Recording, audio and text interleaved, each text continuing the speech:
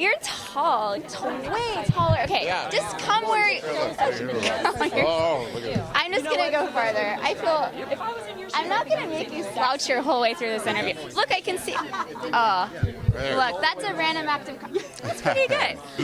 Thanks for your patience. You got it. First of all, I really like your sense of humor on social media when it comes to the man bun and the beard. Okay, Does good. that just go with the territory, or is it just Yeah. because? I love it. I love a man with a man bun and a beard.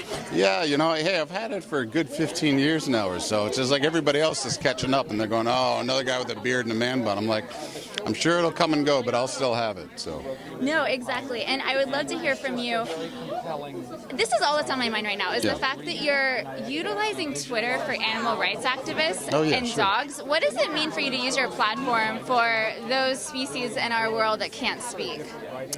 You know, I think it's one of those things is that, you know, we as a people are evolving in our consciousness, and how that relates to the way that we treat our animals is the way that we treat our family, the way that we treat our friends, you know, the way that we treat ourselves. So is when an animal like a dog is, you know, doing something that we might not necessarily agree with, is, you know, if you yell at it, you're probably going to yell at yourself when you do something that's wrong, instead of being a little more compassionate, a little more understanding, and sort of just, you know, sort of making everything a reward-based, positive way of living. That's what I'm all about. I would love to hear from you, because to me, you come across incredibly down-to-earth and kind of just detached from all of this. How do you tap into that in spite of photographers and videos? Because you seem like you don't really get swept away in it. Am I right? No, I don't.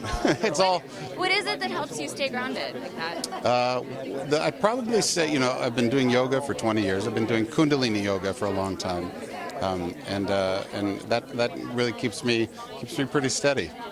In the beginning, when you were first starting out, did you have that sense of purpose, or in the beginning were you like that more like, I want to do this and that and that? Because, you know, I think it takes time to sort of get that smooth rhythm, right? No, I was never really taken up with all of the Hollywood stuff. I have really, like, the jobs that I decide to take are for really weird reasons. Like the Sons of Anarchy show that I did, I took that show, I didn't even read the script.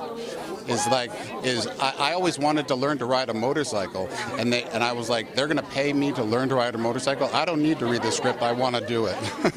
You know, it's like, so you know, Hollywood is this and that, you know, there's always going to be somebody in front of the camera. Right now it's me, tomorrow it might not be, that's all fine.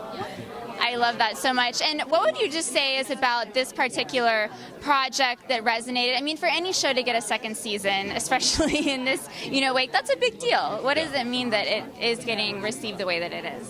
You know, I think Peter Mattei and this gentleman over here, Peter Tolan, they developed this show in such a beautiful way. When I read the first pilot, there was absolutely nothing like it.